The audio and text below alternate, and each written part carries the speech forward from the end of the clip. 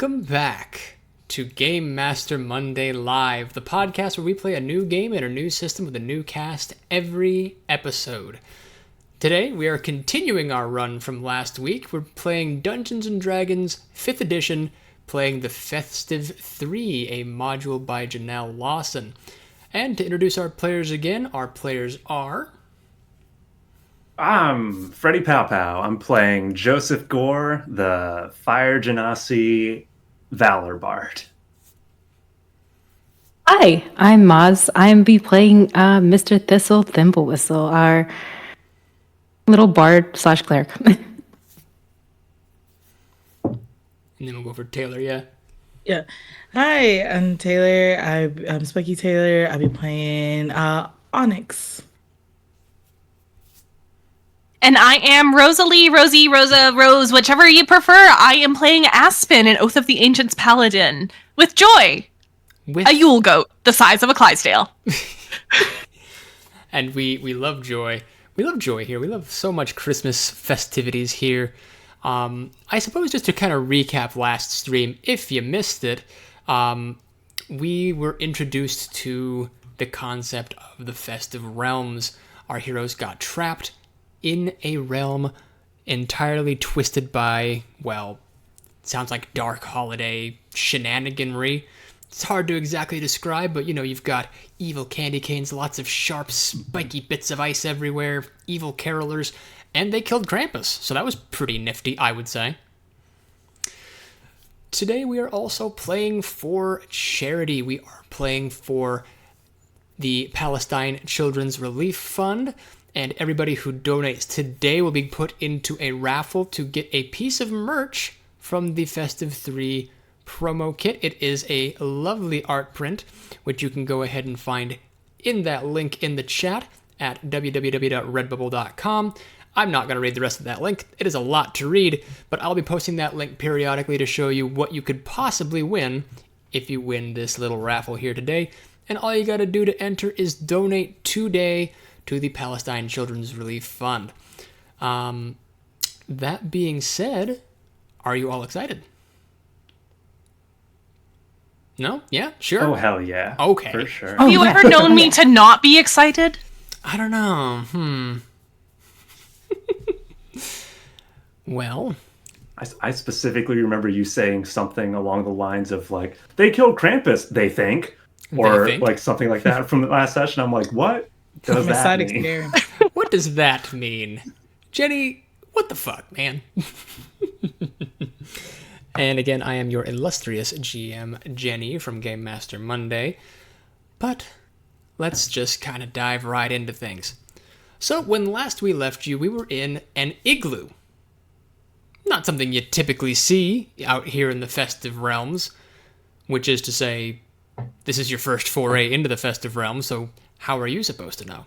But it was created for the protection of our dear little gnome friend, Elena, who had, up until this point, been tormented by ghosts, saw multiple versions of her in a giant dark workshop, and was told by you guys to just kind of wait outside in the cold while you guys, well, killed Krampus.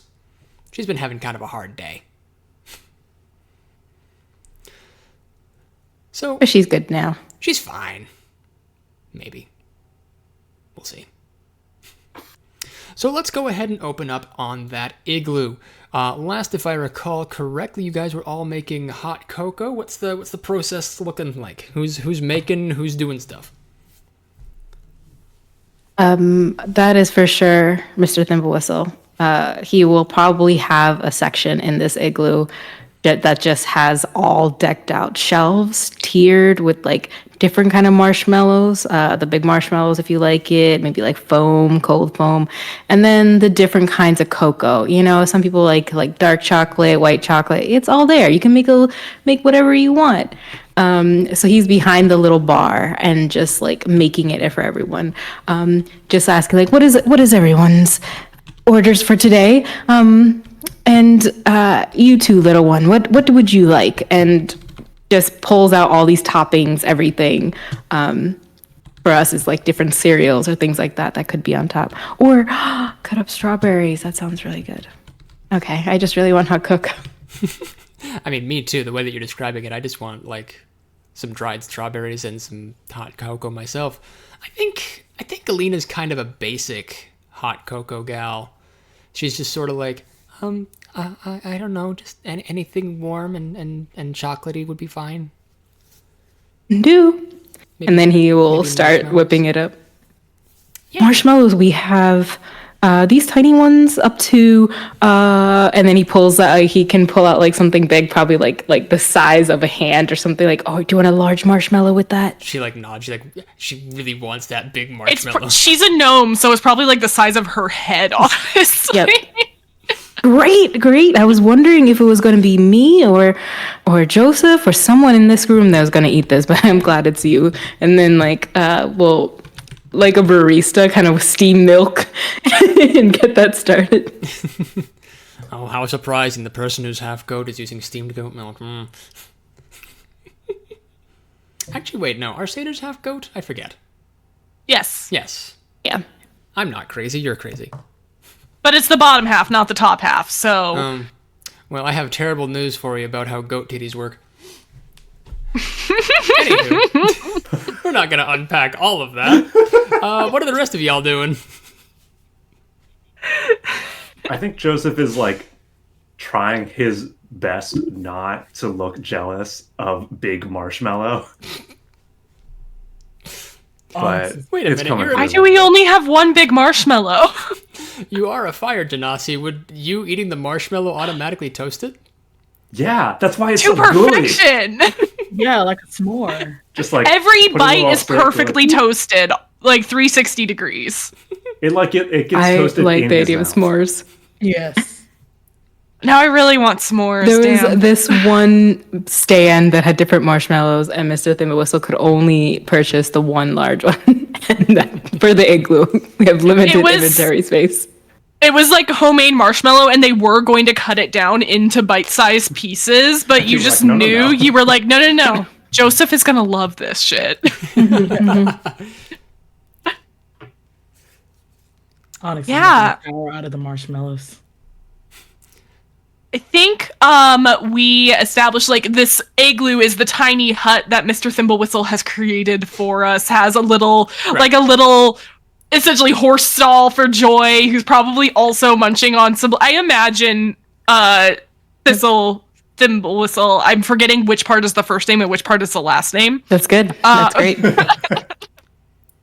I imagine he probably is. It's the type of thing where like the people who make their dogs homemade treats in the oven, like make homemade dog biscuits. I imagine there's not that most things aren't goat friendly, but there are definitely some that I feel like you would have made some especially for her as well. I think I'm just making sure that Alina is like nice and bundled up because she was out here in her pajamas, right? Mm-hmm. Which is to say basically her work clothes, but minus the apron. Mm-hmm. Yes, in this at least tiny igloo, there are festive themed winter wear. None at Mr. Thimblewhistle's size. He doesn't wear anything except for a long scarf and his abs. All 6 of them. All 6 of them, but they are all size, like different colors and things for Onyx, for Joseph, and for Aspen. If there is something that they need to do to like resize something, as a satyr, they'll just like tear off. And also half goat, they'll just tear off like half or like make the little winter wear smaller for Eileen. No, Alina. Alina, thank you. I'm going to find like essentially like a fluffy, but not fluffy, the more like flannel, like drapey, warm white robe and like tie it around her waist with a little red scarf. And just make sure she's nice and cozy. You ever see like a kid like wearing like their parents' jacket? It's kind of like that. Just like she holds her arms out and like the sleeves are like way too big. But she is cozy looking. I'll give you that. So, Alina, you were very brave back there, and we're going to have to go out of the igloo eventually after we enjoy the hot cocoa. Don't worry, we're gonna enjoy the hot cocoa. But can you tell us anything about what else you've seen in these nightmares before? Well, the workshop is the big one usually, where I forget, where I try to go to forget what happened that day. Then there's the big maze where sometimes I get lost and I never wake up, and except then maybe a day later where I do. Sometimes there's a big castle. Sometimes there's, and she's just like getting like more and more quiet as she's like describing things. Onyx, do any of these ring any bells of stories you've heard? Does it? Do I do the roll for it? You know what? Let's go ahead and see if it jogs your memory. Give me a, let's call it history. If you're examining like the past stuff you've dealt with ghosts. 14. Okay, a 14. Let me think. So, trying to jog your memory here, it sounds like these are like what a kid would go through if they ever met up with, say, a Cult of the Dead 3, for example, around the time of the holidays. Mm-hmm. But the specific things she's describing don't sound like anything that you've heard in ghostly lore before. I didn't... Oh, sorry, go ahead, Taylor, please. No, you good. I think I'll just try to like think really hard, and it's just like, no, that doesn't ring any bells. I'm gonna lean over, and I don't want to make a child talk about whatever day she's trying to forget, but I feel like it might be important for us to know that day that she's trying to forget that she just mentioned. Yeah.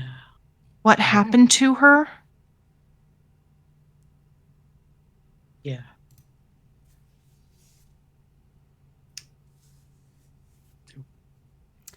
Have some more cocoa, Alina. Yeah. We're just all the adults are all making awkward eye contact with each other. Like, I just imagine like you two are like kind of like off to the side, like by like a window or something, and just like, you know, hush hush, like whisper whisper whisper, and then Alina's just sitting there like a really big cup of cocoa in her hands, like eyes as big as dinner plates, like looking up at you and like slowly blink, like there's no light behind those eyes, like a dumb cat.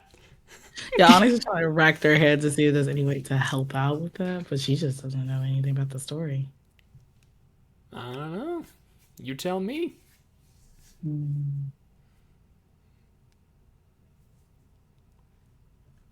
I mean, we've already beat up one of her nightmares. I'm sure we can just beat up the next one.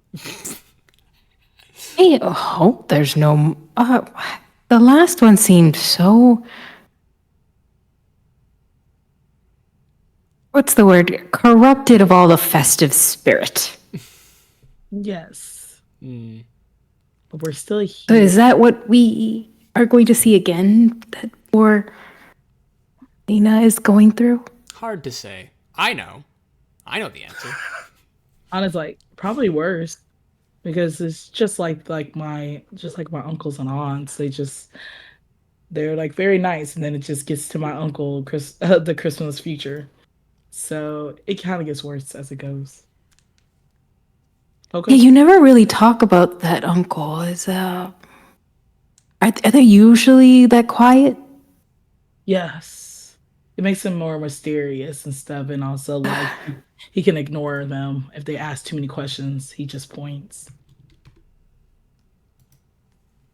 I feel He's got it figured out. You know? Yeah. He's a very introvert. Yeah. Yes, that's true. Well, I can't be an introvert. I tried once in a while, and this igloo gets really quiet. And why not? Let's start with the cheer, and together we.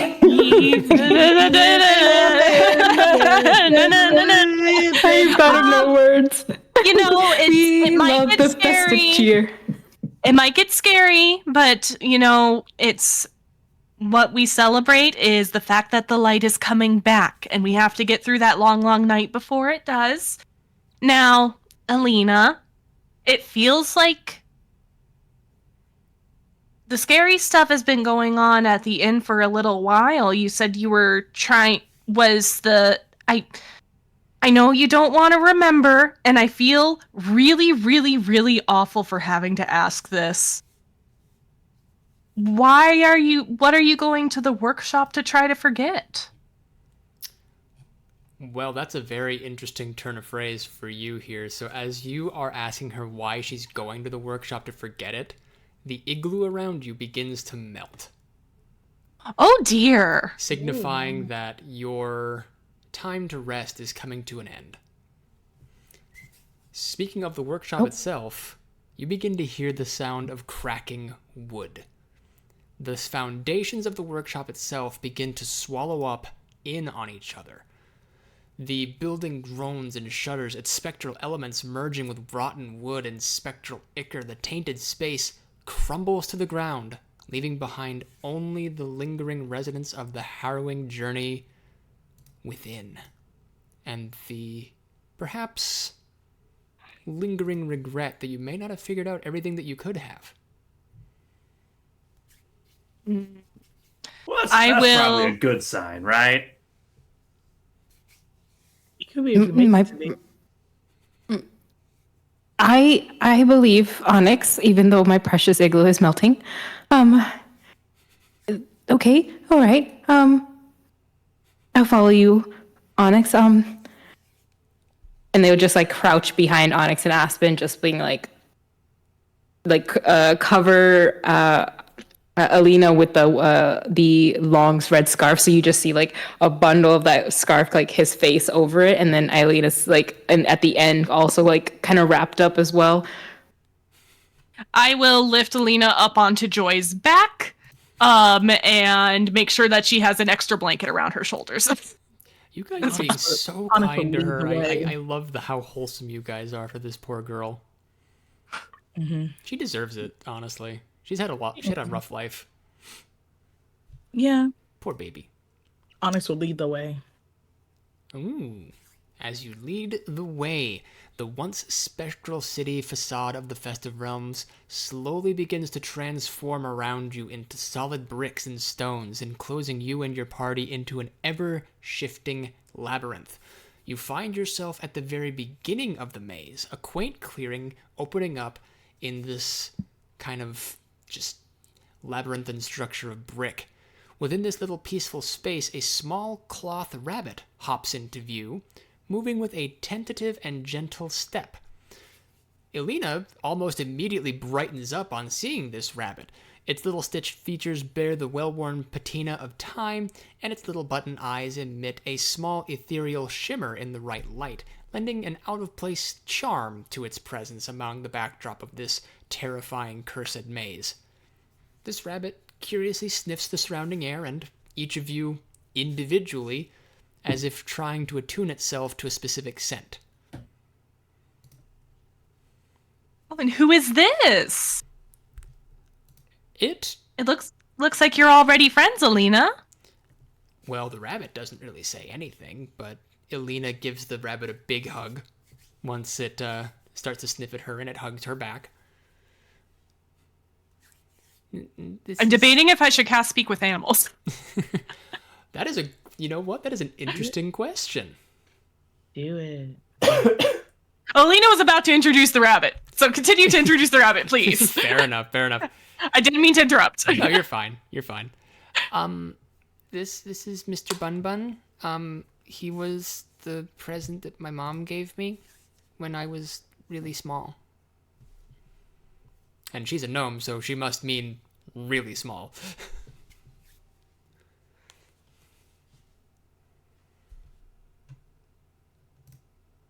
I think Joseph is gonna go to shake Mr. Bun Bun's hand, and he's just like, "It's very good to meet you." Well, you've seen a stuffed rabbit before. His hand is less of a hand and more of just like a single, like, oval-shaped appendage. So you shake that, and it shakes back.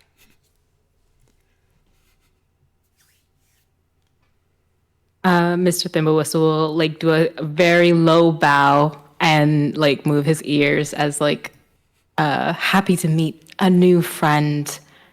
Welcome. And shake their hand too. All right. Goes ahead and kind of mimics your actions here. It, like bows its head, its little floppy ears jiggle back and forth, and it shakes your hand as well. I'll go ahead and cast that spell. Right. I cast that speak with animals. You see some of the pine boughs of the wreath on my head kind of brighten up. You see some like more leaves popping out amongst some little bits of ivy and such. And I will say, it is a pleasure to meet you, Mr. Bun Bun. And this is Miss Joy Kindness, and I am Aspen. Okay, you successfully do cast Speak with Animals. Well, it's a stuffed rabbit, and it does not have a mouth. Mm-hmm. It cannot. I thought that might be the case, but you know what? It was funny, so it was worth it. Yeah, it cannot commune back because it's not really an animal. It's a stuffed animal. But what if we believe really hard? Listen, I don't really deal in hope as an aspect. It's not really my job. Do I have the wish spell? No, kidding. If you have wish at level 10, I am going to quit. I will use my only wish to make that to make him into a real boy? Oh, God. Is Mr. Bun Bun always here when you dream of the Festive Realms? She shakes her head no. Ooh, that means we must be doing something right if good memories was happening. Has he ever been here before? She kind of like thinks for a minute. She's like trying really hard, like closing her eyes like real tight. You know how like kids do when they're trying to think of something. But she stays quiet for a minute. Can I have you? I want to have you make a roll here. Persuasion. I'm trying to think of what the actual skill is. Is it called persuasion? Let me double check. Yes. Mm-hmm. Okay. Yes. Yeah, I'm getting my system and D&D mixed up because we have a skill just called Persuade in Fallen Kingdom. I'm like, is that right? I don't know. Are we all rolling or just one? I think just Joseph on this one. If you want to make a roll, you certainly can, though. Mine's a tasty nat 1 for a total of 8. And I'm just going to set that D20 aside for now. I got nat 20. Oh, I have Nice! a persuasion. My God. I was going to ask if I could provide somebody the help action, but Taylor doesn't need it.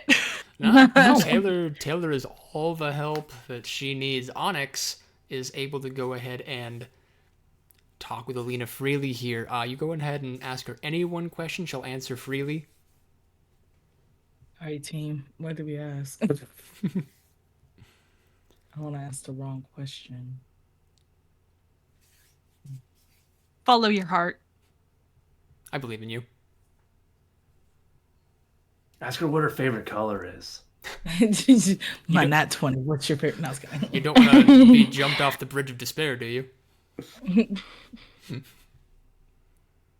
Maybe what happens if she sees this dream consistently and they show up, what happens next? Or if, I don't know if are they friend or foe and they keep just doing like an eye towards the teddy bear? And they're just like, a little stuffed bunny, yeah. Yeah. a stuffed bunny, Really yes. quickly at that mention, use a divine sense in case this thing is demonic. Ooh, let me see. That's good. Good answer. Good answer. Let me see. Divine sense. Survey Location says. of any celestial, fiend, or undead that is not behind total cover. Fair enough. Go ahead. So fair. I just do it. There's no rule. It's just a thing to do. Okay. Yeah. Well, 'tis not celestial, 'tis not fiend, 'tis not undead. To your eyes, it seems to be a stuffed rabbit. I think it's just a friend. Perhaps. Okay, then With possibly the something about categories, this maybe dream. like a construct, if we're going categories. Yeah, I think Onyx would ask, like, Is it the same creatures or beings in your dreams over and over, or are they always different? That's a good answer. Sometimes it's different. A lot of the times it opens up with those 3 spooky ghosts singing at me.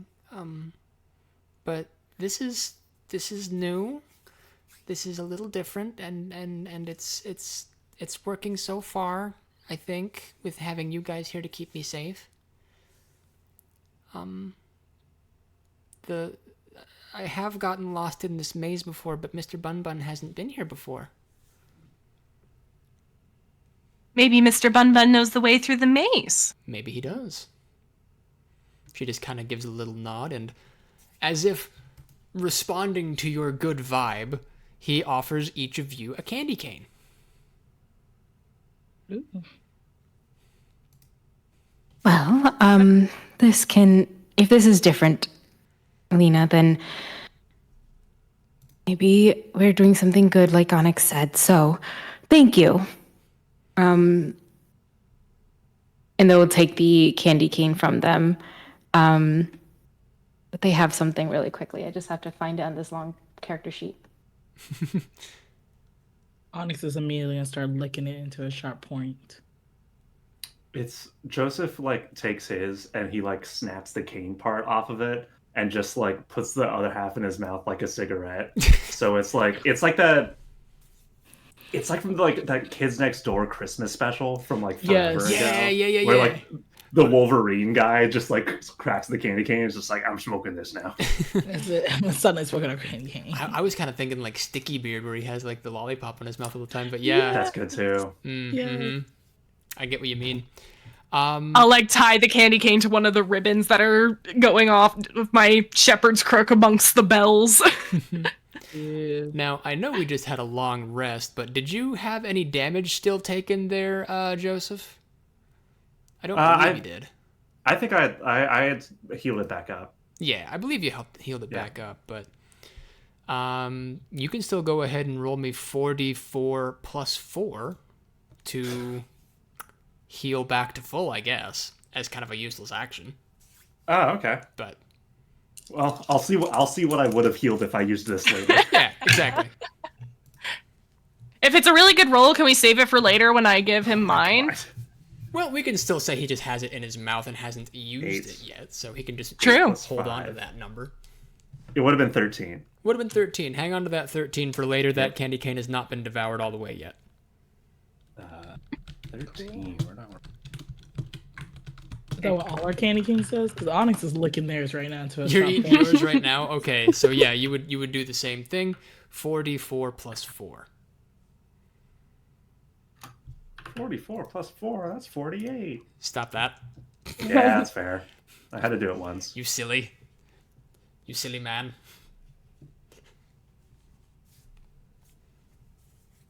So we are about to go into a maze then. Is my understanding correct? That 14. is, in fact, your understanding correct.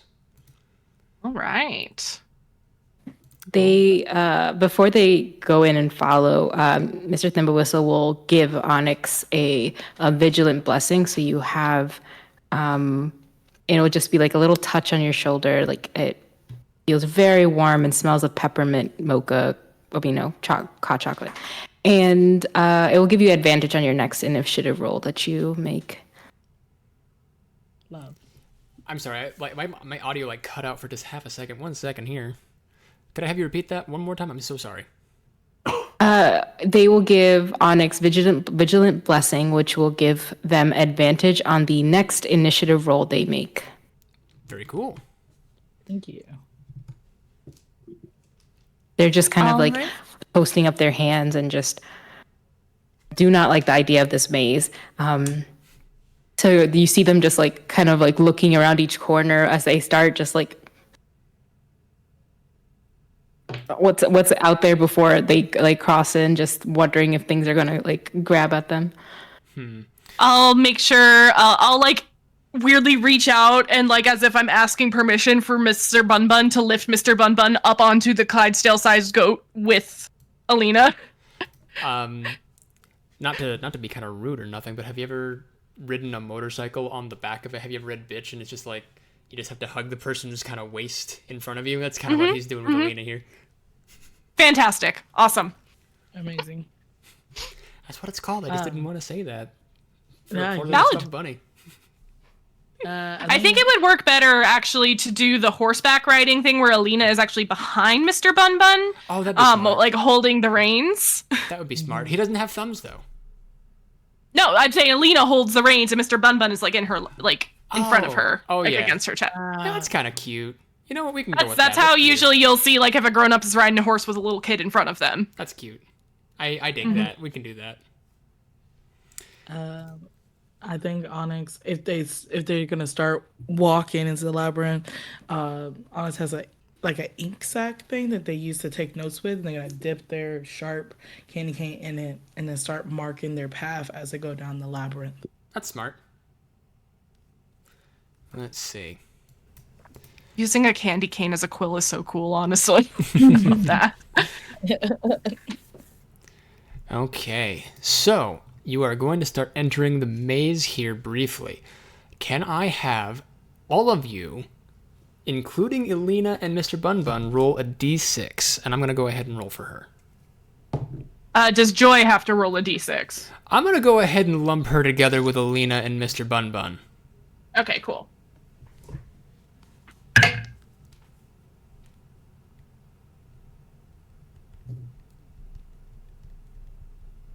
I got a We're all 2. holding up our numbers, Jenny. Oh, let's see. Sorry, I was looking away because I have to take notes here. So we have a 1, a 2, a 3, a 5. You turned yours into a thumbs up before I could write it down. Yours was a 2. Gotcha. Okay, 1, 2, 3, 5, and Alina got a 6. So her little group will be doing something very, very interesting. So Joseph, we'll start with you, Mr. Number 1. Good. All right. The path in front of you, you somehow look behind you and none of your friends are here anymore. This path is blocked by a massive boulder. Can I have you make me a strength check, please? Sure can. Just straight strength? Just straight up, just a strength check. All right. That's an 8. Ooh, that's not going to be enough to move that boulder. We'll get back to you in a moment, see if we can get you past that. Alrighty, so number 2. Just checking my notes here. The path becomes treacherous with icy, narrow ledges leading across a chasm of infinite abyss. As you look behind you, you see nothing but a wall. You must navigate this terrain with an acrobatics check to avoid falling. So this is number 2. Oh, that is me. That is thee. Oh, that's a 19 plus 6. You are navigating this chasm of infinite abyss like it was your own damn backyard. You cross easily into a center area, which looks like several paths converge here. All right, number 3. Number 3, my lord. You encounter a dead end. You turn behind you, and it's also a dead end. To your left, also a dead end. To your right, also a dead end. What is going on here? Why am I in a box? How did you get in a box? Let me see here. Would you like to investigate what's going on around here? I would, I think. I think if nobody else is in sight, it seems like we got somehow separated or closed off from each other. I do have telepathy within a mile of Joy. Interesting. Okay. So are you going to try to use your telepathy? Yes, I will reach out to her and be like, I'm in a box. Where are you at? Let me see. You reach out with your telepathic link, but you can't hear Joy. Well, that's concerning. Okay. Yeah, I guess I'll investigate. All right, give me that investigation check. I'm and not let's see what good happens. at investigating. This. What What do you mean? We've lost them? It would seem I don't think I can see or hear you either. We're all Oh, I see, I alone. We see. all got led astray from the path. Anyway, that's a 10. I have a -1, so 11 minus 1. Okay, describe to me what you're doing to investigate. I think I'm just like walking up to. I'm imagining there's only like enough space for like one singular step in any direction in here. Is that a fair assessment? Yeah, it's pretty much like a 5x5 box. Okay. I think I am like walking up to the wall and like just trying to like brush my hand over it, trying to see if I can find any seam, pushed against it, seeing if it has any give to it, anything like that. And as I imagine we switch on to the next person, I kind of bang the staff, kind of shake it, look at the wall, wind up. Sure feels like wall around here. All right. Nextly, we have Onyx on number 5. You find a riddle on the wall directly in front of you. It is a dead end. Turning around, you find a dead end. Let's take a look-see, because there is a spot in here for the riddle. I just need to go find it. Here we are. In gilded halls of laughter bright, a god of mirth, a guiding light. Within the mines a treasure of old, a trickster's heart, a gnome so bold. Who is this figure, small in size, yet grand in joy, with twinkling eyes? Whose name a glitter, stories told. The answer lies blank. Am I allowed to go get my player's handbook? If you want.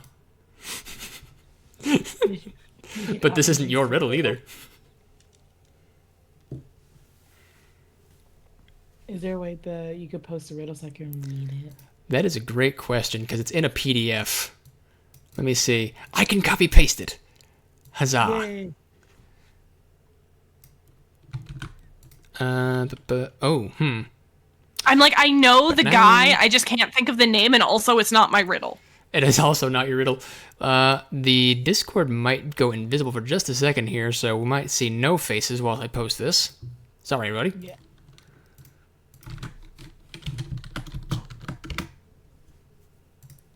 And then faces should be coming back. Boop. Like magic. Whoa. Whoa. Now, you of course can... Let me think. What would be a good roll for solving a riddle?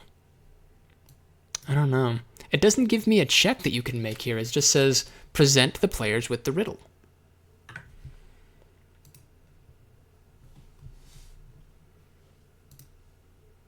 And it's a creature in the player handbook? Just looking at the riddle itself. It does say here. a god. I feel like it's fair for me to say that. It specifically says it's a god. Mm-hmm. A god with mirth.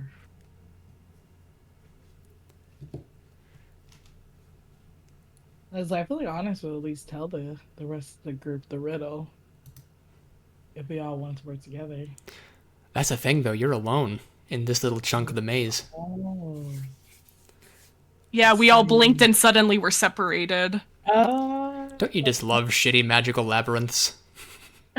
So good. Like, yeah.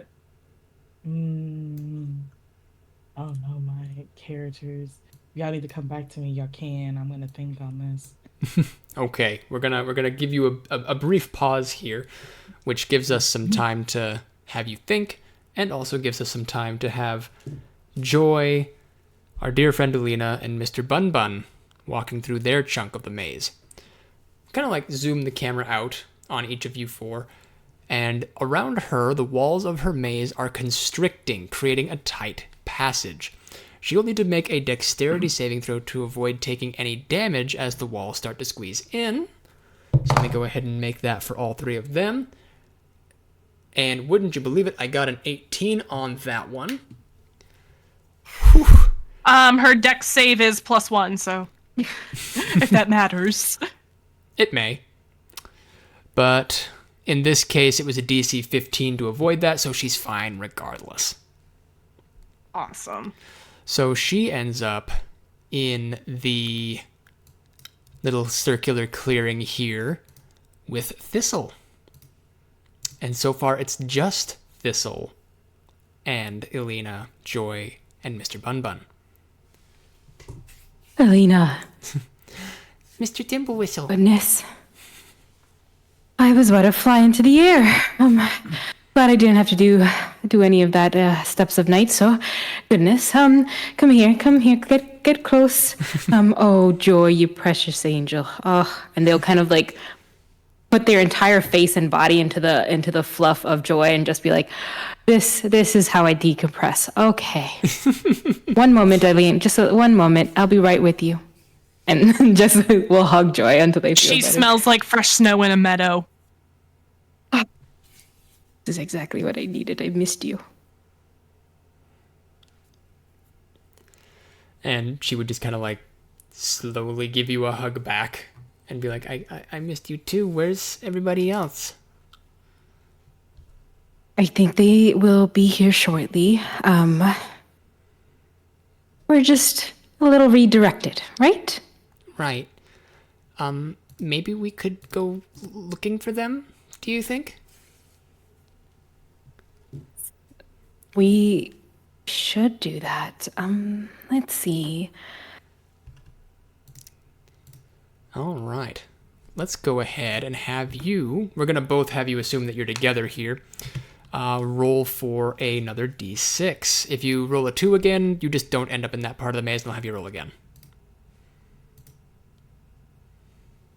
Rolled a 2 again. Okay, roll again. That part has already been cleared. You've already seen the treasures of that abyss. You can easily cross that. That will be a 3. Perfect. A 3. Which brings us back to Aspen. So, Aspen, as you were trying to make that psychic link with Joy, suddenly you hear her directly behind you. And There you are. lo and behold, there she is. Look at that. You see, we've done it. We found one more. So let's see. That means the other two might be right around the corner, right? Well, Yeah, corner. I turn kind to of face having- the dead end again and go wind up way. They're just having like this very like adult smile to Alina, just being like, "Yeah, we're just gonna walk over there, and our friends are gonna be right there." there they'll be. Let's go ahead and have the two of you make an investigation check again, see if we can figure this part of the maze out. May I please give Mr. Thimblewhistle a help action? You may give Mr. Thimblewhistle a help action if you so Yes. desire. Would investigation or survival work for finding things out? Oh, yeah. Nothing really in the area stands out to you as survival because it's just a bunch of stone walls. Great, thank you. I will take the investigation. I could always just make a bunch of stuff grow and like find the cracks in the stone and we could just wreck the whole thing. Yes, I was thinking that as well. Let's just try looking first. And then we can Yes. get creative. Also, Onyx has been doing the ink on the wall.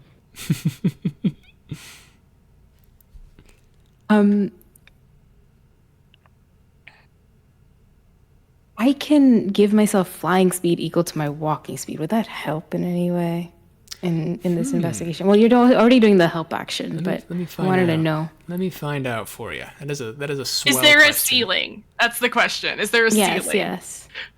That's what I'm trying to find out for you. Give me 2 seconds.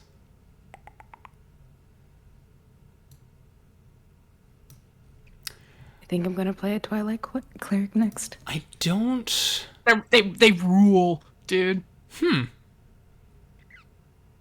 You know, it doesn't specify a ceiling. However, it does say it encloses you in a labyrinth. So I'm going to say it does have a ceiling. Okay. The walls just you start flying up and the walls Just just like, keep going up and up and Oh. up and Little up satyr and up. That's goat leaps. scary. That's actually a nightmare I've had before. Sorry, where I just made it keep- worse. No. This is a... Ooh. That's a I very have a specific Jenny 2 fear. and a natural 20. Oh, For Yes. 21 and a 3. well, hell yeah. That 21 is enough to figure out that these walls are actually just an illusion. If instead of trying to stop to put your hand against it, you'll find stone, if you walk through with faith, you just keep walking through. Well, I was gonna swing through with faith. Well, that works too. Faith is the name of your broadsword. I'm kidding. Well, actually, it's Joy's middle name. Well, there you go. All right, so the They third trial kind of has turn passed. around to the group, and they like have hands clasped, or at least whatever is around Joy's neck or something, like a saddle or like and they'll be like, Aspen, on the other side, we just believe and step forward, 1, 2, and they'll go to do it at first. To show, and like pretty much fully eyes closed, believing in the festive spirit. You hear them hum like something close to like I don't know what that is, but it's something close to that. But and they'll step forward, Very, very and nice. just like a voice will be in the back, be like, "Okay, now you." Absolutely. Especially having seen my friend step through the wall. Definitely knowing that it can be done will do. Very, very cool. So you all step through the wall. We still got a boulder blocking our poor friend here. I didn't mean to click on you there. Let's go ahead and have you give me another strength check. See if you can get out of there. For sure. I think Joseph like kind of like steps back, he like spits in his palms and then rubs it together and like. Is he dips wearing it like in, fingerless gloves? Oh, absolutely, for sure. So gross. And, like it's horrid. It's so bad. Hype himself up a little bit and rolls the exact same thing. No!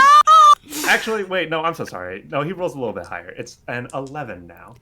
Oh, well. He rolled an 8 last time, and now it's an 8 on the die. So, it's an he gets to 11. add his strength modifier. So, we've Yeah. played D&D before, I'm pretty Yeah. sure. No. That thing ain't budging, Chief. I think Joseph like kind of like takes a couple steps back, and he pulls out his shield, which is made from an old symbol. It's just like a crash symbol, like this big. And he's gonna take a hand and he's just gonna smash into it and cast Thunderclap, Ooh. which will do nothing to the boulder, but Makes It him will- feel better. It's a gong. You made a It'll mini gong, create- is what it you've will- done. Exactly. It'll create a burst of thunderous sound that can be heard up to 100 feet away. So maybe this will be a weird beacon sent out if anyone can hear this. That was Joseph's gong. If they can hear it. I don't know if I'm in a weird dimension. I'll give it to you. I'll give it to you that they heard it, but they still have to try to roll to find you. Fair. Let's see. Could it be survival because we're like tracking? That's smart. I'll give it to you. Yay! Maz, are you more wise than me as a cleric, I'm guessing? Yes, that is a 15. Great. I would love to give you a help action. Oh, thank you. You're all just so. I didn't helpful do and better. festive. That was the 15 still counts. Thank you for the. They're just like, I hear something in the wind. What is that? And just the clanging of the bells on my staff are making it so much harder. Well, you're able to pretty easily hear where Joseph has gotten off to, so I'm not even going to make you roll a d6 for that. You're just going to start heading in Joseph's direction here. Do we want to try to go back to Onyx, see if you've solved the riddle here? I think I got it. If I You was think allowed you've to look got at the D&D if I was allowed to look at the D&D handbook. I I mean, was playing. it's a think it's riddle. It's open note. Cool. So, using the power of Onyx's ancestors and stuff up there, aunts and uncle's knowledge and stuff in her studies, she just remembers of a gnomish god of Garl Glitter Gold as Is it as the guess of the riddle? As you speak the words Garl Glittergold, the wall in front of you vanishes. Yeah. Good Like work. that wall. It is, in fact, a very, very dumb name. Like, whoever, whoever put R and L right next to each other as far as a name is concerned, can we just have words out back behind the Denny's, please? Let's call him Carl. That's what they wanted to do. Carl Yes. Glittergold. Yeah, Carl is at least a little easier to say because you've got that like that softer sound, but as you add some like a glottal G sound, and it's like Garl. Yeah. It's like, ooh. Yeah, they wanted to make it alliterative. Can we say, because I will smash this boulder into smithereens once we have found it, can we say that, Taylor, the wall vanishes in front of Onyx and you're on the other side of the boulder that Joseph was facing? As funny as that would be, no, it would be a different exit to the maze, but you do all meet up Drat. together. So Oh, hey, all we gang. need to do is find Joseph now. Are you guys okay? Yeah. You know, we could just walk through parts of the wall if you believe hard enough. Yes, the power of faith. Oh my goodness! I was just singing the cheer, and thankfully, I was just thinking of your brilliant, beautiful faces, and you were there. Thank God. Thank Festive Cheer, Oh, and they were just like, that's way easier than a riddle. I had to answer a riddle to get through this wall. Ew. oh yes, Just you. that's It's just you. we've had hot chocolate. It's already evening time. We don't. So do we need to move this boulder? Yeah, there's a big Yes, rock please, in front after of you.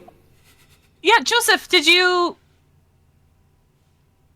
would you like me to?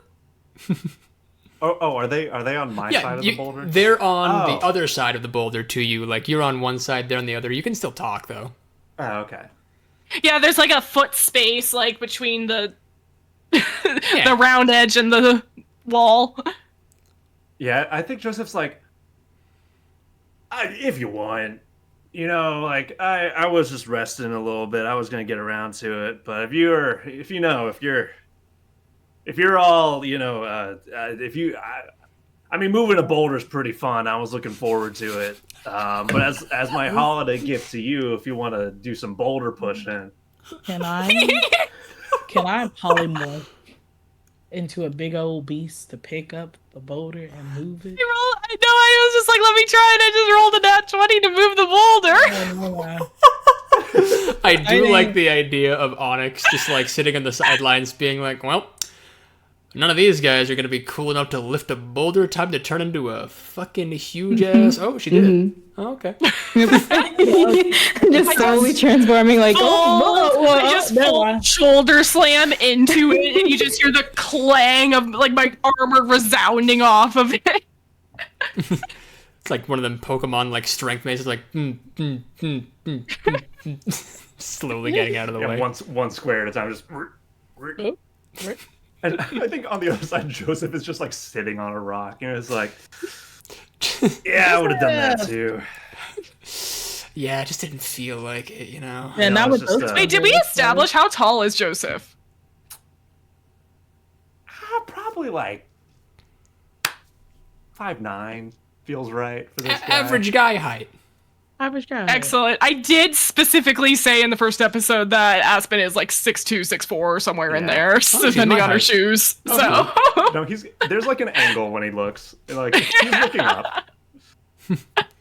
how tall is Onyx? 5'9". Oh. Yeah, average guy height. I take it back. Joseph is I'm actually like 8 feet tall and, you know, half giant and, yeah. Yeah, I actually cast reduce on myself repeatedly over the course of the day to 'cause normally I'd just be too tall. implications. Okay, continuing onward. Yeah, normally I'm like 50 feet tall, but like, you know, you can't handle that. I like to be respectful of establishments' doorways, and I was just, those are usually only like 8 feet tall, so Such a mood. Such a mood. Such a mood. Labyrinth. Yeah, you if we keep this bit up, I'm going to keep going forever. You all are able to successfully get back into the middle of the labyrinth, and a door that wasn't there before opens up before you. But as that door is opening up, we're going to take a brief reminder break here because we've only been about an hour into this. We are Game Master Monday. If you're just joining in with us, or if you've been with us for maybe a little bit shorter than the introduction here, we are currently raising money for the Palestine Children's Relief Fund. All donations, of course, are to that cause. But if you donate today, you are going to be in a raffle to win a Festive 3 print of your very own. Of course, we'll go ahead and get your details at the very end of this stream, so stick around and we will be having some fun there. All right, let's take a look and see how this all opens up for you here. At the center of the maze, past the doorway, you find yourself confronting a mundane wooden table and a small dreidel resting atop it. The game is simple. Spin the dreidel, deal with an outcome.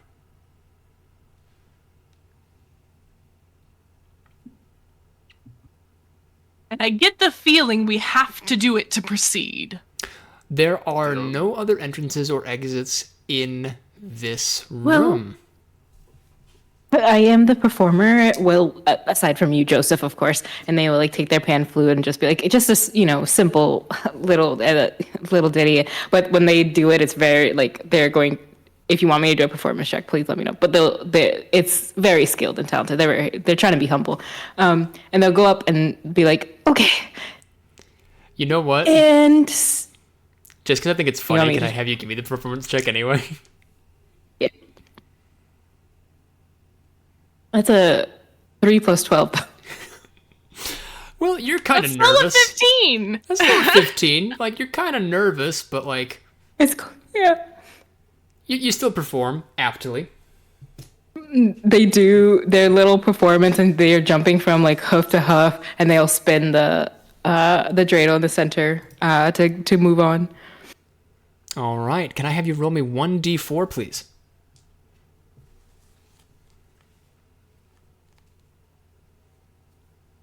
Ooh, that's a 4.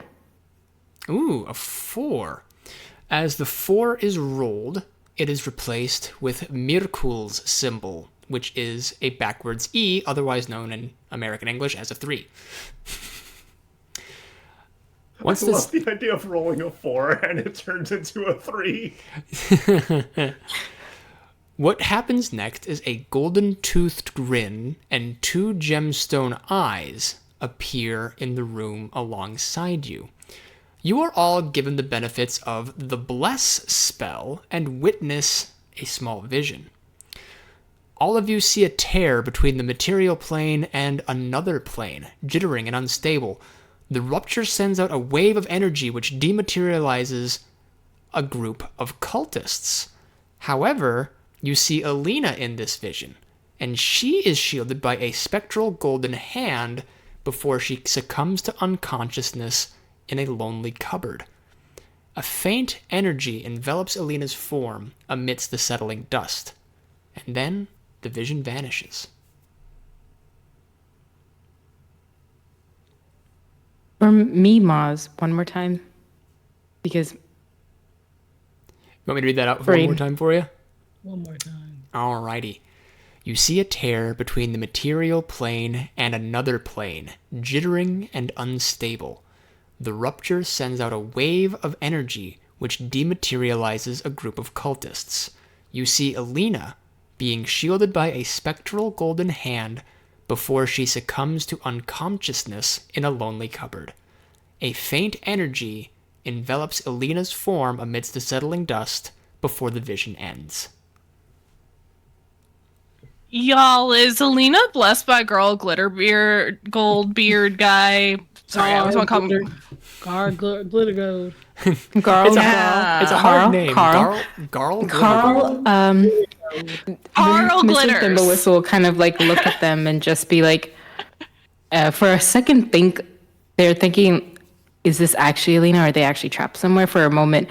And tell the vision to Joseph, Onyx, and Aspen kind of as like adults in the group, just be like, "I just right there, 1 second, sweetheart." And then this, you saw that. So you think it's Carl? You said Carl? Garl Glittergold. Carl. Garl Glittergold. He's going to mess up this name, so Every like time. as his thing. He's like, Carl. Yeah, that one, that name, Aspen. Yes. Yeah. You think it was a blessing? You said. Let's call him Mr. Glitters, first of all. Yes, I'll appreciate that. Mr. Glitters. I can't say for certain, but if it's connected, did anybody else see the smile?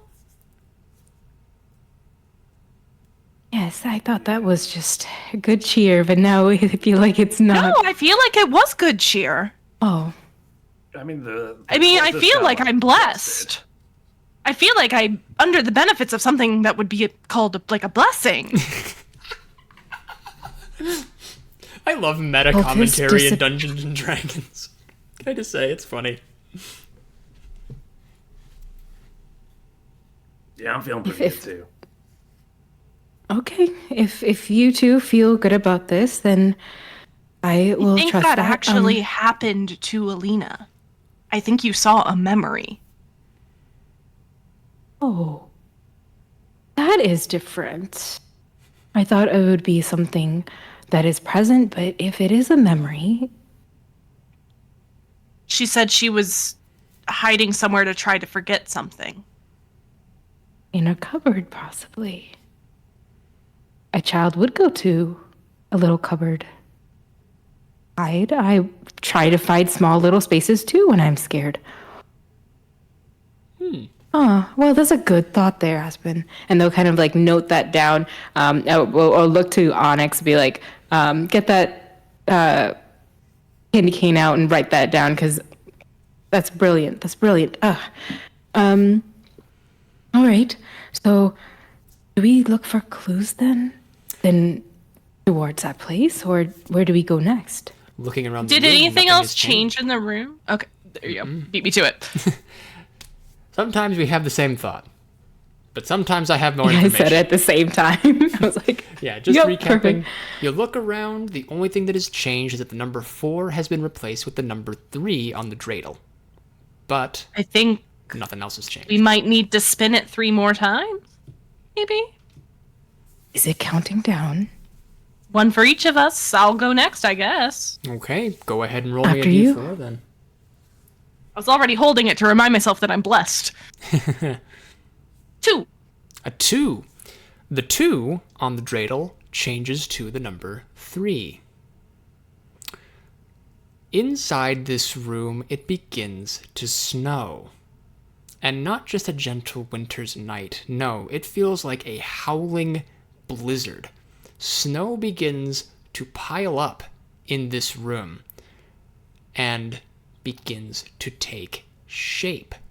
You see in front of you 2 massive snowmen-shaped snow wraiths, and they are angry. And you know what I'm going to say next, don't you?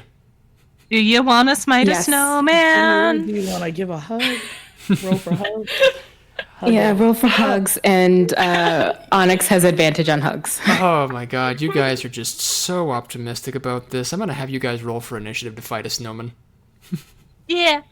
For hugs. For hugs. If I had a nickel, That's every code. time- That's what initiative it's now called. If I had a nickel, every time I had to fight a snowman in a D&D game, I have 2 nickels. Which isn't a lot, but it's weird that it's happened It twice. happened right? twice. Twice this month. All right. This month specifically. This month specifically. If there's a I wish I could month like increase the snowflakes behind me. Alrighty, snowflake let's... intensity up. Joseph, what'd you roll for your initiative? Ah, that's a 6. Ooh. Thistle, how about you? It's a 16. Nice. Onyx? 12. Doing good for initiative this time. Last time we had a lot of low numbers. Yeah, we're busting it out now. Yeah. Our dice are warmed up. And Rosie, 11. 11. And I'm gonna roll for these 2 snowmans. Ooh.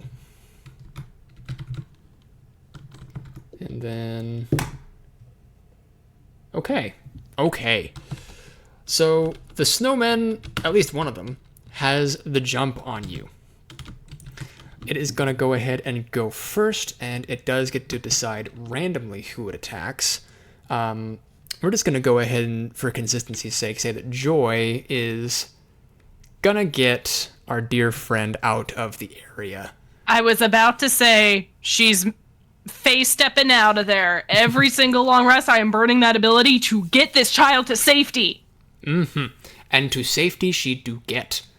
Even if it's just in part of another part of the labyrinth that is not as perilous, she's there now. Okay, so Snow Person number 1 is gonna go ahead and attack Onyx. You are under attack by Icy Claws. It gets to make 2 attacks per turn. So first is the claws. Let's see. It rolled a natural 1. I can't make this shit up. So I assume 7 is within your AC? Yeah, it doesn't hit. Yeah, I didn't think so. Be crazy if I said it did. I mean, at that point, you're just not wearing anything. Yeah. It's not only not wearing anything, that's not wearing anything with a -3 dex. Yeah, seriously. Yeah, that's why I wasted my deck. You're a wizard who put your dump stat in dexterity at that point. And then... I've done that. It's fun to try, getting min-maxed. Second one is just going to try to reach out and grab you with its kind of mitten-shaped hand. So let's see if it connects here. Don't touch me. No touches. 19. Yeah, that hits. Okay. Now I have to roll 68 cold damage. Am I within 5 feet? I'm going to say this room is about 30 feet wide, so yeah. Great. I'm going to make an attack as a reaction with my Sentinel. I can make an opportunity attack if somebody makes an attack against a target other than me within 5 feet. So, go ahead and roll your damage. I'm sorry I can't prevent the damage, but I will get a little bit of revenge for you, okay? Fair enough. Okie doke. So that's going to be 33 damage on 6d8. Can I use a reaction? You know what? So- Do you have an ability that is a reaction? Yeah, I can place shield on myself. Ooh, Right? go for it. Yeah, I'm placing that shield around me. Okay, and just for my benefit, remind me, what do shield do? It's an impenetrable barrier of magical force that protects you until the start of your next turn. You have a +5 bonus to my AC. Okay, just reminding myself I rolled a 19 to hit. So with my +5 will make my class 21. So no, it does not hit. So it would miss. It misses entirely. You bring that shield up as a reaction just in time. Its kind of hand is like bounces against the magical shield. And since you do still want to go for that attack, Aspen, you can go ahead and make it. Does a 23 hit? Swell question. Yes, it does. Be shocked if Great. it doesn't, and I will cry. Yeah, I know. These guys are made of snow. Do you think they have that good of armor? Yeah, I was about to say it's.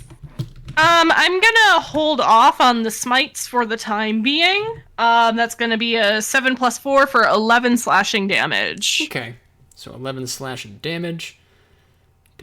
Okie doke. And next up on our initiative list is Mr. Thimble Fifflewittle.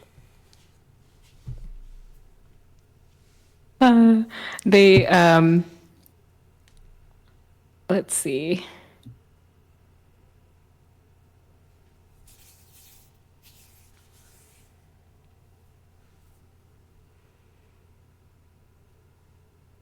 I do a check to see what kind of creature they are before I do an action, or does that count as an action? You know what? I'll give it to you. I won't have it count as an can I- action. What stat? Say again? What stat would you like me to roll? Oh, I Or thought is you it had like a just spell or something for that.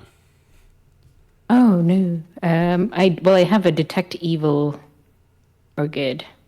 Do I think. Well, these guys are neutral. I don't know if that helps any. Oh, sorry. It's a location of any aberration, celestial, elemental, fey, fiend, or undead. They're elementals, so that would work in this case. Oh, perfect. Knowing that, they kind of will stand forward. Let me get the other spell. My God, there's too many spells.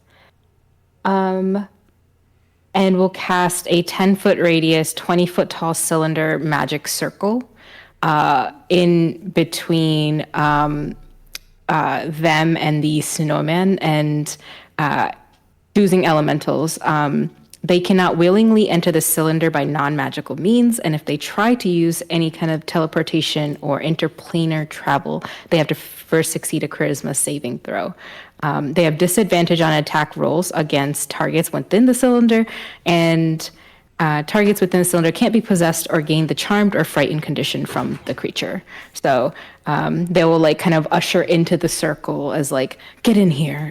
This is our little safe spot. Okay. So you are now in your own perfect little separated space, and you said you had who else in there with you? Just double checking.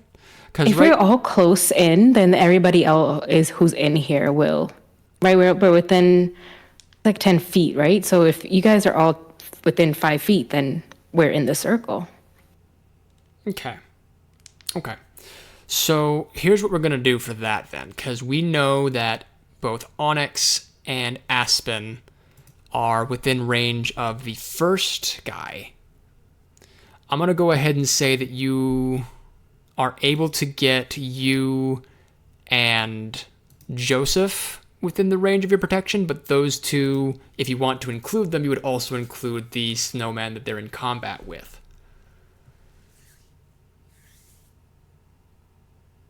Actually, yes. Let them make a charisma saving throw. Okay, so the snowman has to make the throw to avoid getting harmed, right? Just double checking because it's a lot of information all at once. It is, and I apologize. Let me get that. I sent the spell description to the Discord channel. Very, very thankful for you. Let's see now. 10 foot.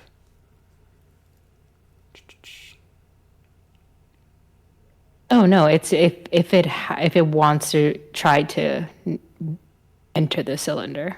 Okay, so if it wants to try to, it can't. Gotcha.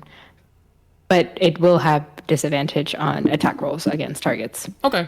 So it's in the cylinder, they're in it. and it's at disadvantage for attacking. That's pretty swell. Okay. Yeah. I will keep that in mind For their bonus, that guy. For their bonus, they will like have a little tune and start like dancing from feet to feet, from hoof to hoof, and give a bardic inspiration over to Joseph. Alrighty. So bardic inspiration to Joseph, and I believe. Do you have any more actions? I know bards get some crazy stuff that they can do, but I'm just double checking. No, that's it. That's it. Then we are moving on to Onyx's turn. Amazing. The snowmen, are they like what type of creature are they? Okay, so they're elementals for one thing, and they appear to be made of snow. Cool. Can I use banishment on one of the snowmen? That sounds fun. What does banishment do? Or since it's an elemental, it says if the target is an elemental, it's like one creature that I see within range must succeed on a charisma saving throw or they be teleported to a harmless enemy plane for a duration. But since it's an elemental, the target does not return if the spell lasts for more than 1 minute, and the target goes transported to a random location on the plane, which is the GM's choice. That's I love fun. banishment. That's banishment so fun. is so sick. Okay, Deary. Deary, okay then. It's just a yeet them off the battlefield spell, and I love that so much. And I said you had to make a charisma saving throw for that? Yes. Baller. How about a 4? It does not succeed. Didn't think so. Okay. Get out of here. Get out of here. So the glyphs and runes of the banishment spell start appearing all over the snowy flesh of the wraith that is not currently in combat with you, the one that's over there, we'll call it. And just as it attempts to kind of reach out to try to stop you from casting the spell, it snaps out of existence in a puff of snow. And this is just for flavor, but I'm going to say it teleports 50 feet in the air from the workshop and just kind of crashes down and splatters. And if anyone's looking at Onyx, Onyx will have like the green coat, almost like the Ghost of Christmas Present. And it's just like open it up, eyes are glowing and stuff as it's doing the Roman magic. Do you scooch into the circle? Please say you scooch into the circle. Yes, scooch into the circle. Scooch into the protection circle. I do move into this circle. You hover very ominously into the circle, actually. That's what happens. Almost like the Twilight running. Well, it would have been the second golem's turn to fight, but it's gone. So Goodbye. we have Aspen next. Great. Okay, so we've got one little guy left outside of the circle here. My friends are relatively safe and secure in the circle, but I do want to make sure that Onyx can continue to concentrate on this spell, and this guy is not going to try and get his friend back from that banishment. So, bonus action, compelled duel. I need a wisdom saving throw, please. Ooh, okie dokie. Let me take a look and see what their wisdom is. This is the fight me in a Denny's parking lot spell, essentially. That is a 2. Great. So they are magically compelled to my divine demand for the duration. It has disadvantage on attack rolls against creatures other than me, and it must make a wisdom saving throw each time it attempts to move to a space that is more than 30 feet away from me. I can't attack any other creature or the spell ends because I just told this guy to 1v1 me in a Denny's parking lot, and he's taking me up on that, basically. PvP, bitch. Yes. So it already had disadvantage. Does it get double disadvantage? Is that a thing? It isn't, but if it I'm hoping that it tries to attack me instead because it doesn't have disadvantage. So it has to pass a couple of saving throws in order to be able to attack them now. It has to pass 2 different saving throws, and it has disadvantage if it passes them. That's so fun. God, it's going to be impossible for this thing to even touch you. All right. Great, so now I get to make attacks. You sure do. Paladins are nutty. All right. Okay, hit first me with one, it. How much? 14 plus 8 to hit. 14 plus 8. That is successful. Great. We're gonna... How beat up did that guy look from those, 11 hit points of damage? Still looks like he's made of snow. Pretty healthy. Pretty... Has, a dent in his tummy, but that's, We'll save it. We'll just do regular damage for this first attack. All We'll see if I right. crit on the second one or something. That's only 7 slashing for the first one. Okie doke. Second attack, pow. That is a 19 plus my modifier. I keep forgetting to add my bless, but it doesn't matter. So just double checking, how much total was that second attack? 27 to hit. 27 to hit does hit. I hope that hits its armor class. You know what? We're gonna burn a smite slot. Let's smite. Just because I want to. And also that was a lot of d8s of damage earlier. This is an elemental, not a fiend, correct? Correct. Okay, so that's only 3d8. Does radiant versus slashing matter to you? Let me check. No. Great. So hold for math. Holding for math.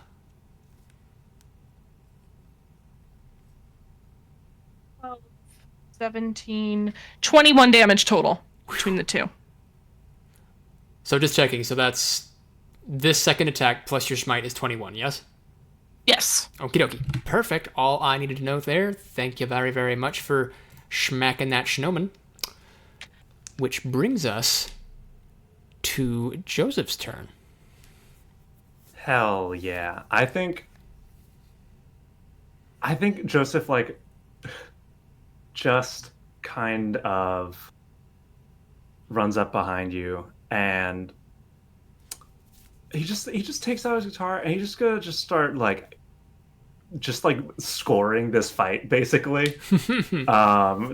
I think because of how rude it is, I think if I attack the snowman, I think that breaks compelled duel. So I'm just gonna like I'm gonna bonus action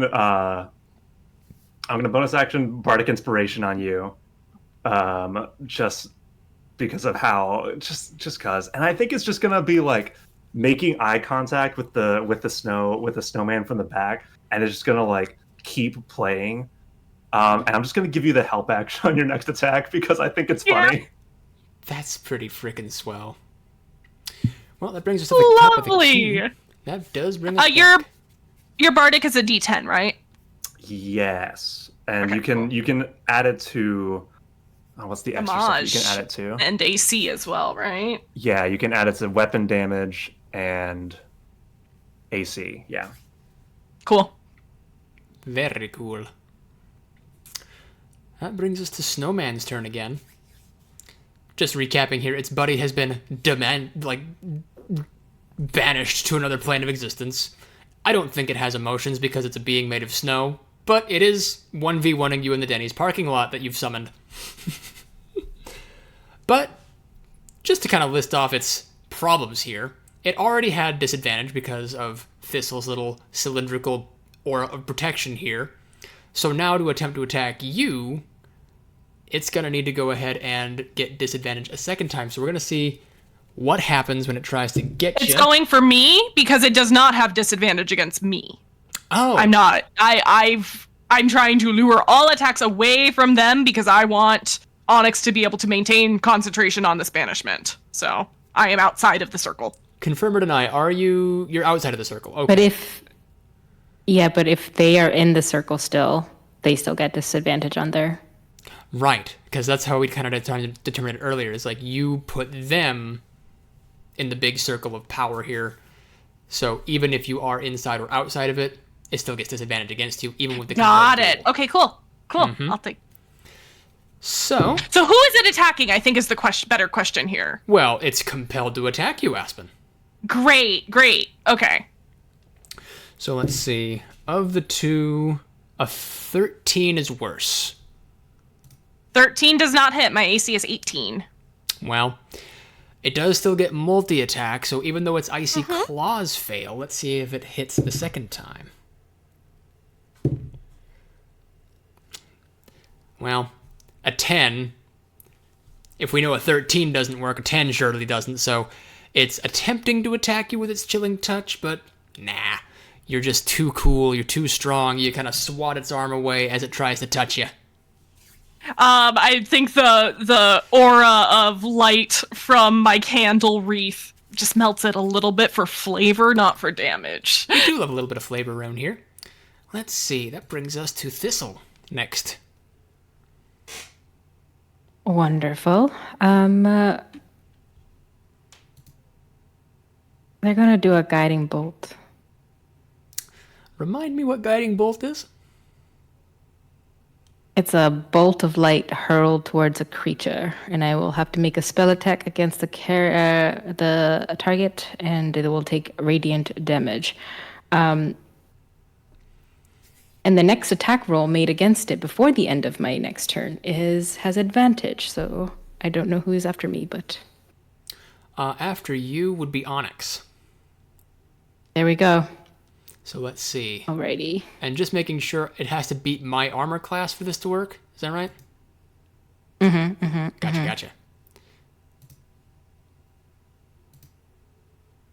That's a 17 plus 6 hit. Easily hits. They will do it as if their Yikla, like with the lantern on top, is like sending out light, like just twilight, for 7d6. I need more d6s for damage. Jesus. Critting on Guiding Bolt was what started my dice hoarding problem because I realized I didn't have enough d6s to roll crit damage for a Guiding Bolt. That was me, but with chromatic orb. Same thing. Same thing. It only takes one crit, and then you go, crap, I need 17 more sets of dice. 25. You said 25? I think I did it right. Yowza. That is quite a bit of damage. This thing is starting to melt, like, really fast now. They say something of like, you shall not pass, but in a different way that's totally not like a wizard at all. Like something more like a cute satyr would say, like, you shall not go here. This is not Wendy's. Okay. You're Stop sticking that. around, buddy. Get out of here, you scamp. And I don't know if I could do a bonus action. I believe. They will use one of their bonus their bardic inspirations to do an unsettling word towards the creature. And let me roll a 10. Where is my D10? Why can't I know the things? Is this it? Never know the numbers. Then 8. And that will be subtracted from your next saving throw. So 8 subtracted from the snowman's next throw? Yep. Unsettling words. Yeah. Gotcha. I'll go ahead and mark that down on his little sheet there, which brings us to Onyx. Snowman's looking bad. It's not looking good for him. He's starting to melt like crazy. And Onyx, you have advantage on your next attack roll. Amazing. Thank you. Now let's see what I can do. I can hit it again. I could do it again with the flaming spear. And then use the bonus action to stretch it out. If that's allowed. I believe that may be allowed. And remind me, Flaming Spear is a fire damage, is it not? Yeah. Very cool. Go ahead and let's do Flaming Spear, and just remind me for my own benefit, because it's been a week, what do I got to do here to defend myself? So it's a dex saving throw, I believe.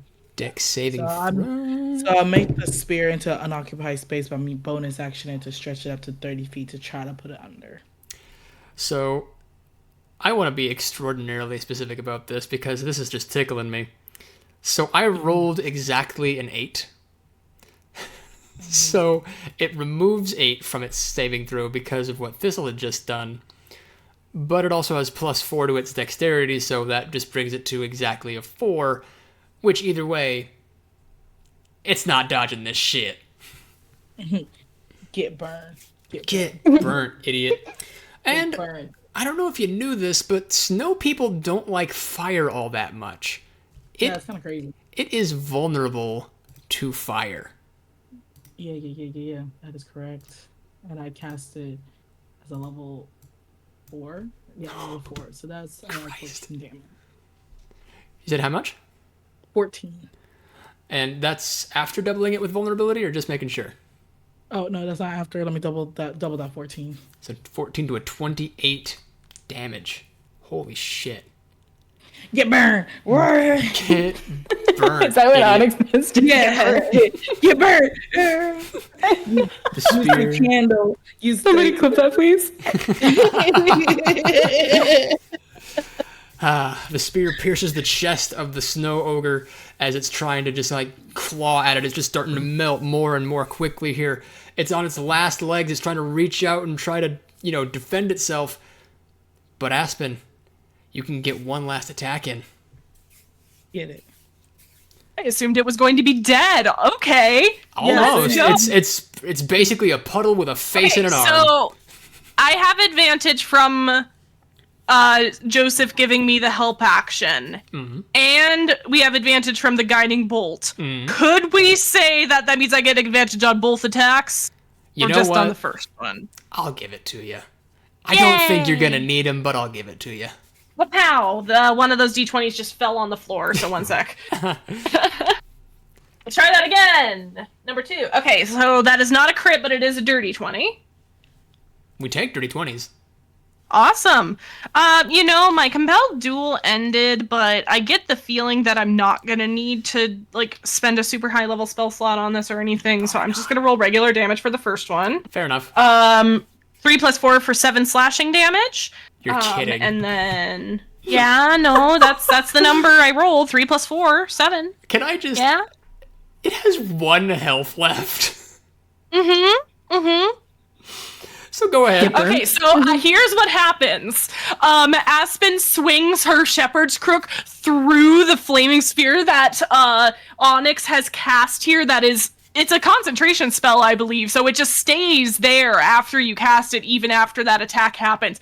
So she swings the bells through it, and the flame follows into this thing as she just cleaves it into horizontally through the middle snowman ball.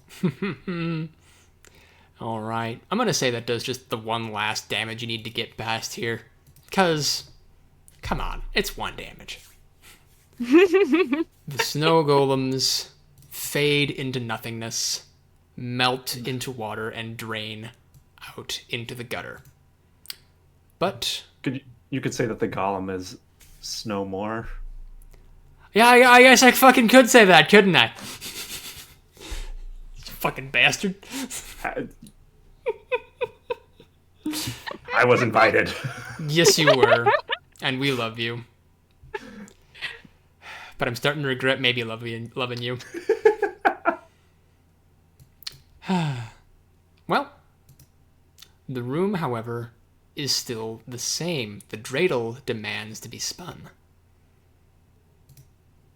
I shake some of the snow off of my staff, the bells clang, and all right, we iced that one.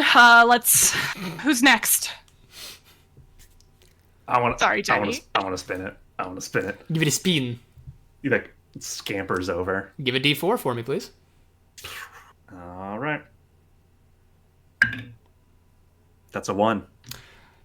Things just work out really perfectly for you guys. Do you know that? What do you mean? Oh, nothing.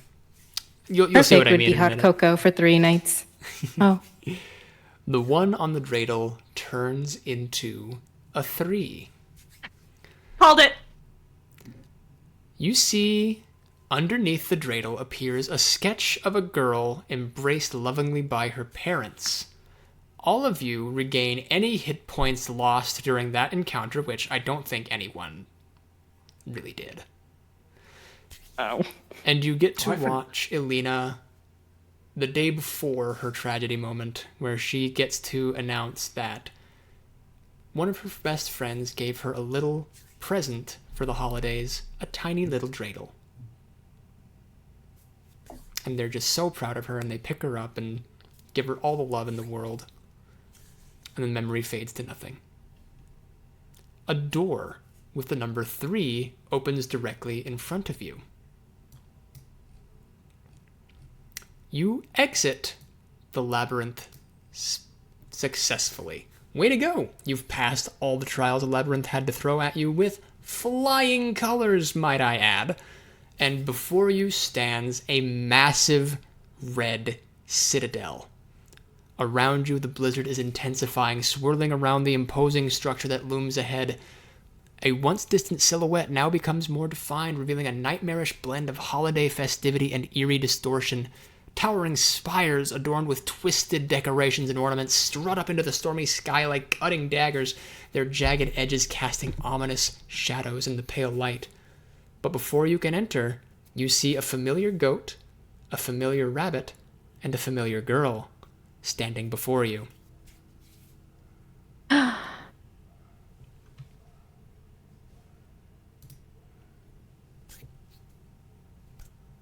They're safe. They didn't even get it. They didn't even touch us. You guys are too strong. Yes, I am. I also think- fully forgot that we were blessed that whole fight. Same. Don't worry, it kind of happens. You just cast Bless as just, a thing to do, and then you just forget about it. Yeah, it's just a bless up kind of thing, and you're just. No, well, she was. blessing. And I'm Manifest. saying this because Alina was scared and didn't believe in our power, and We're getting through this. You're just crunching through this shit like it's nothing. See, it's a nightmare. You can get out of it. We're here to help you do it. Yeah, we're gonna got beat up your this. nightmares. She's just holding her little rabbit as close as she possibly can, and like actually looks happy to see you guys. Like she's smiling for the first time since you've seen her in this dream. She's like, you made it. You made it through the maze. We're And really making a difference. I'm happy to see you. I remembered something We are about happy to my see you parents. too. What did you remember? I remember them wanting me to be happy during the holidays.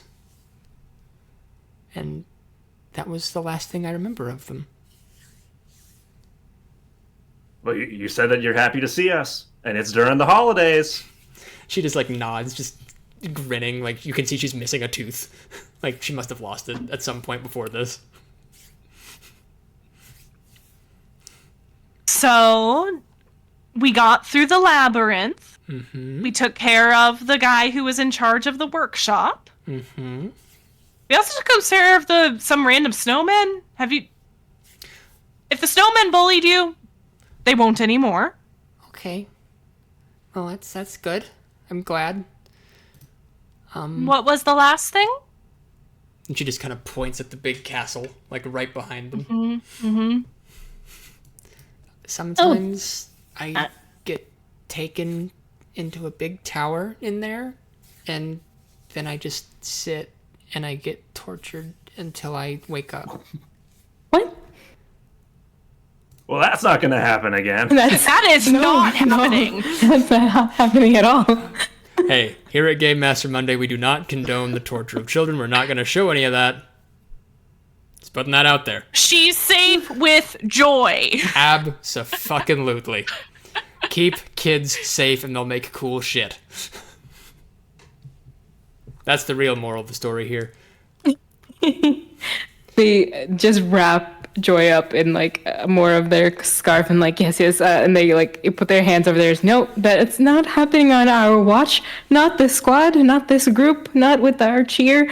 And we'll start singing now. And And you all start singing a festive tune, and you decide to rest at the gates of the castle.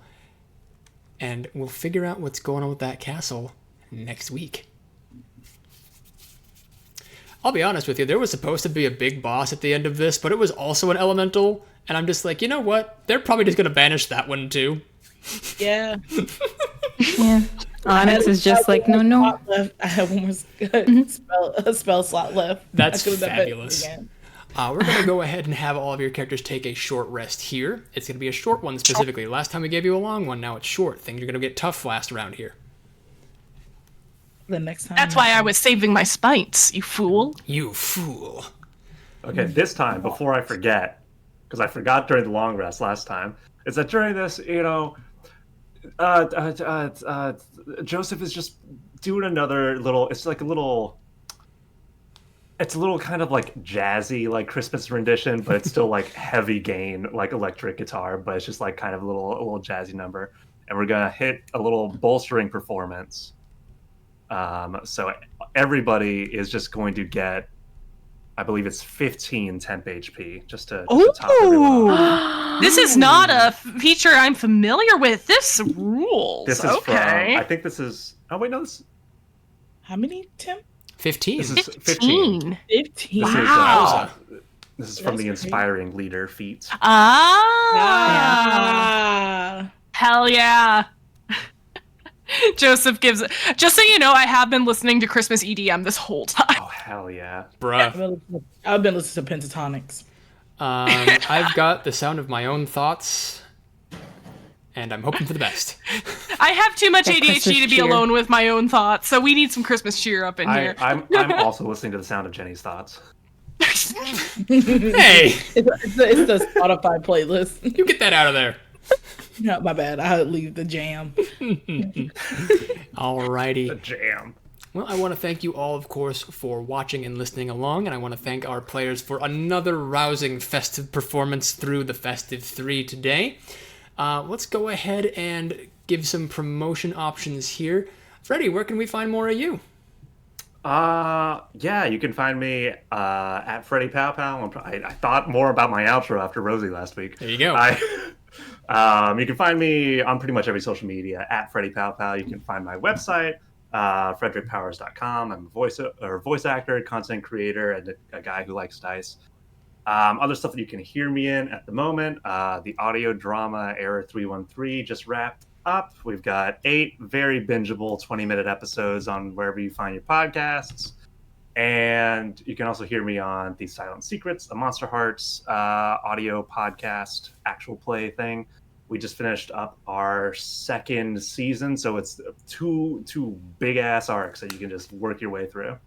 Sounds like a good time. If you enjoy bingeable podcasts, because I know I do when I'm at work doing nothing, that is a great place to just let your brain unwind and enjoy some good old-fashioned TTRPG content. And Freddie, thank you very much for playing with us today. Maz, Thank you for having me. Maz, where can we find more Hi. of you? Yes, you can find more of me here at Twitch with 3 L's mozzarella. I am so close to 3,000 followers, which is awesome. So if you like a really cool community that we play games, hang out, we're literally just world building for our upcoming little game. And also like, I don't know, cool stuff. Like we have like a book club and co-working stuff in our Discord. Come check us out. But you can find me everywhere else at It's Mozzarella. Also tomorrow I will be at Help Action Needed's channel for a wonderful game of Alice is Missing. If you're looking for a wonderful time, and it's all text based, so you get to see cool things. Come check us out. You can find me everywhere. It's Mozzarella. That's where all the voice acting, all the cool stuff, all the other production stuff that is happening is there, as well as our small little production channel, Starcrawl RPG, where we're having Murder They Wrote episode 2 of our Brindlewood Bay game on Friday. But yeah. Sounds exciting. Oh, I'll be playing Priya Gupta Nani, who deals tarot and reads your fortune, but also solves mystery crimes.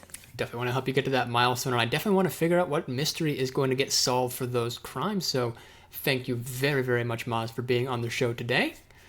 And Taylor, where can we find more of you, my friend? Hey, I'm Taylor, aka Spunky Taylor, all social media. So for Twitch, I'm Spunky Taylor Games on there. I'm also being the Alice is Missing game tomorrow. And next week on the 19th, if you love Game Changers and all that, so I'll be on a game show similar to that on So You Want to Be a GM. Yeah, there's the first time doing something like this. I'll be there as a guest. So pretty excited. If you like game shows and have knowledge of D&D and trivia and stuff, so come check it out. I know I love myself some good old-fashioned trivia game shows, and I also love D&D, as evidenced by this show that we're doing, so I will definitely try to tune in for that, and thank you very much for being on our show today. And Rosalie, where can we find more of you? Yeah, you can find me on all my social media at Rosatyrs, Rosatyrs, like Rosie and Little Goat Folk, and you smoosh them together and you get Rosatyrs. Let's go down the Christmas stocking line, shall we? Evelyn. I play Evelyn in Monsters and Other Childish Things every other Friday on Tabletop Tail Spinners on Twitch. Adrian. You can find me playing Adrian. She is a witch in a Pathfinder 2nd edition campaign. It was supposed to be on Thursdays, but scheduling has been kind of bad. So that is going to actually be extending into 2025. We were planning on being wrapped by now, but illnesses and last-minute freelance jobs and just life in general have happened. So you get to look forward to more of that. That is twitch.tv/TheRealGopchite. Miriam, catch me and Maz on Tabletop Tail Spinners every other Sunday playing Witchcraft for TTN Covencraft. I play Miriam on that. She's not okay. Oh, no. Sage. I play Sage on Magnificence, a podcast from, guess what, Tabletop Tail Spinners Network. It is a Dungeons & Dragons 5th edition dark fantasy podcast. I play Sage. She's a wizard and a bitch, and I love her. tons of fun. We just recorded episode 33. I believe episode 13 is out as of right now. So get caught up, because let me tell you, episode 18 is our first magnum opus. I say first because there will be more, but oh my god, you guys, episode 18 is coming. It's soon. It's 5 episodes away. Jesus. Don't want to miss it. Chloe, watch Camp Meadowview on Game Master Monday's YouTube channel. It was a stream that me and Taylor were in over the summer, and it was really, really good, and that's where JFK is from. And Aspen, that's here. We did it, guys. We went through all the stockings. And you know what? They are stuffed full of content. So if you love Rosalie and love anything else she's done here today, be sure to check her out at any of those wonderful shows. Cannot recommend any of them enough, especially Camp Meadowview, not to toot our own horn. But thank you very, very much, Rosalie, for being on our show today. We are, of course, Game Master Monday, two halves of the same whole idiot. Me and my brother Grant work on this show pretty consistently, and we have a show every Monday. Imagine that. We might be taking a bit of a break this week, but if you still want to have some extra fun with us, we have a Hell Whalers Q&A this Thursday at 7 p.m. Pacific time. So if you want to join Game Master Monday on a Thursday, like you're doing today on a Tuesday, hop into our Twitch for that. Same time, well, not same time, same place, 7 p.m. Pacific time on Thursdays. Me, I'm Jenny, your humble little GM for today. I am also on a different show called Fire Emblem Fallen Kingdom. It is a system of my own make, which is streaming on Red Echo Games as well. So if you like more visual D&D, where you can actually see the map and see what people are doing at the time, that's just kind of my whole love child between Nintendo's Fire Emblem series and Dungeons & Dragons. And everybody, thank you so very much for watching along. It's time for a giveaway. So, we are giving away a Redbubble.com art print of the Festive Realms, which is pretty much all the promotional artwork slammed together for the Festive 3 here. We've been posting a link periodically in the Twitch chat, but let me go ahead and get that one more time here. Boom. So there's that link. We didn't really have anyone donate today, so you players are actually going to have a chance to win this art print today. How about that? See what happens when you don't donate? You miss out on stuff. So we're going to go ahead and roll us a D4. Give me just a second here. Let's see. 1, 2. Rosalie, that is going to you. You are going to be winning that print. Hey, okay. Yay. Great news. Tomorrow morning is payday. I will donate tomorrow morning. Swell.